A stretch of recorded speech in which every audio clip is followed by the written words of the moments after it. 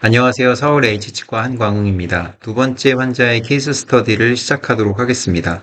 지난번과는 좀 포맷을 바꿨고요. 크게 세 가지 파트로 나눠서 영상을 만들어 보려고 합니다. 첫 번째 파트는 환자가 치료 전과 치료 후에 어떻게 변했는지를 말씀드리고, 또 두 번째 파트는 그런 변화를 일으키기 위해서 어떤 치료 방법을 사용했는지, 그리고 세 번째 파트는 그런 치료 방법들의 근거가 되는 어, 그런 백그라운드 지식을 저널을 통해서 리뷰해보는 시간을 가지겠습니다. 이번 케이스 스터디의 주인공은 16살 남자 환자이고, 이 환자를 치료하면서 제가 받은 여러 가지 질문들을 먼저 좀 모아봤습니다.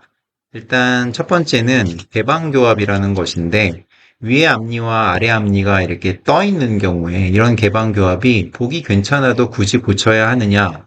라는 질문이고, 두 번째는 이 환자에서는 위의 어금니의 폭경을 넓히는 치료를 했는데 이게 어금니만 벌리는 그런 단순한 쉬운 치료입니까? 이런 질문.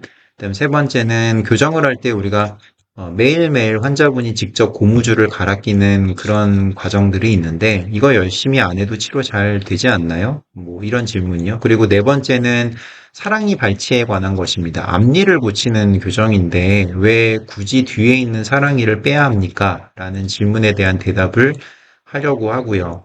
그리고 모든 교정 치료에서 마찬가지지만 도대체 교정 치료에서의 목표는 치과 의사들은 어떻게 세우고 있나요? 하는 것입니다.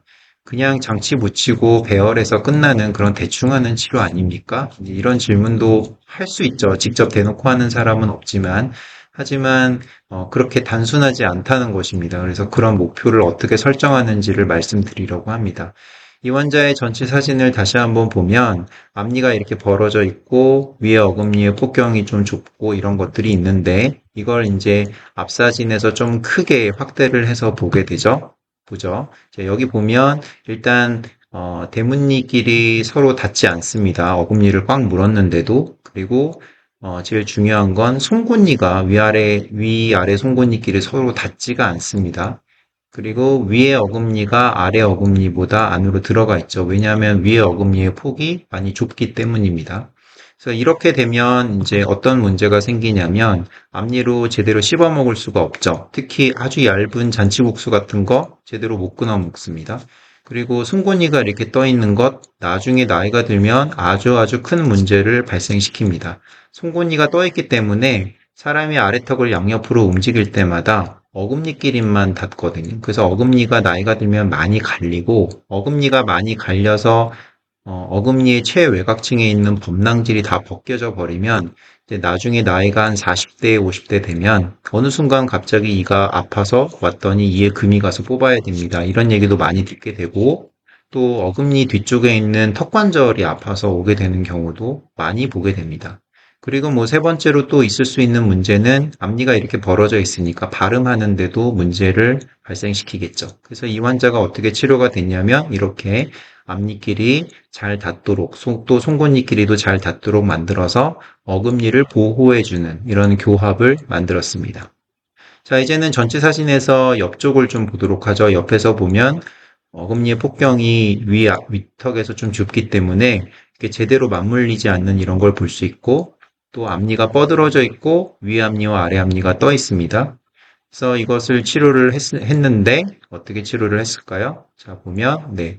이제 위 앞니와 아래 앞니가 만날 수 있도록 이렇게 개방교합을 수정을 해줬고 치료 전과 비교해서 치료 후에 이 어금니 쪽에 맞물림이 훨씬 더 좋아진 것을 볼 수 있죠. 그죠?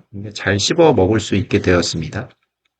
그 다음에 위턱과 아래턱을 비교를 해보면 자, 이렇게 중첩을 해보면 위턱의 위의 앞니와 아래턱의 아래 앞니가 많이 뒤로 들어갔는데 이거를 어금니를 고정시켜서 두 개를 비교를 해보면 확실히 앞니를 많이 뒤로 집어넣어서 심미적인 개선을 좀 도모한 걸 알 수 있고요. 이렇게 하기 위해서 저는 이제 4개의 작은 어금니를 발치를 했습니다.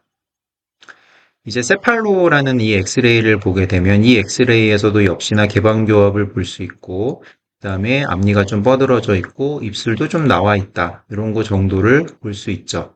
그리고 파노라마라는 이 엑스레이에서는 사랑니가 있고 앞니가 떠 있는 것 역시 이렇게 까만색으로 보이니까 아, 떠 있구나 이런 거 좀 알 수 있습니다.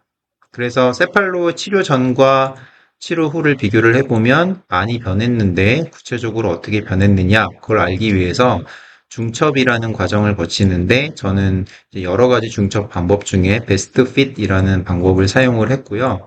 여기서 치료 전에 어, 위의 앞니와 아래 앞니만 이렇게 그림을 그리고 또 치료 후에서도 이 부분에 위의 앞니와 아래 앞니의 그림을 그리면 구체적으로 얘네들이 어떻게 변했는지를 좀 볼 수 있습니다. 그래서 두 개를 정확하게 비교를 하려면 동일선상에서 비교를 해야 되니까 이렇게 수평축을 하나를 그리고요. 그리고 수직축을 하나를 그립니다. 이 수직축은 아무데나 그으면 비교가 안 되죠. 그래서 저는 위쪽 머리 쪽에 있는 변하지 않는 구조물을 가지고 이 수평선의 수직으로 이렇게 그림을 그리면 이 수직선에 대해서 치료 전과 치료 후의 앞니 위치가 변했구나라는 것을 볼 수 있습니다. 좀 시각적으로 보기 위해서, 잘 보기 위해서 좀 확대해서 보게 되면 이제 이렇게 크게 이제 확대를 하는데, 두 개를 움직여서 같은 수평선, 같은 수직선상에서 비교를 해보면 위 앞니가 밑으로 내려가고 또 뒤로도 들어갔고 그 다음에 이렇게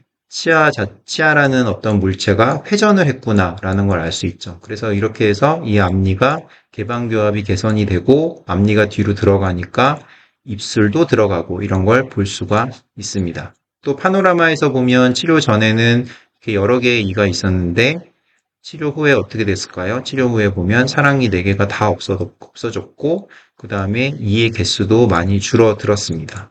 사랑니를 뺀 것이 굉장히 중요한데요. 이것은 파트 2와 파트 3에서 또 설명을 드리도록 하겠습니다.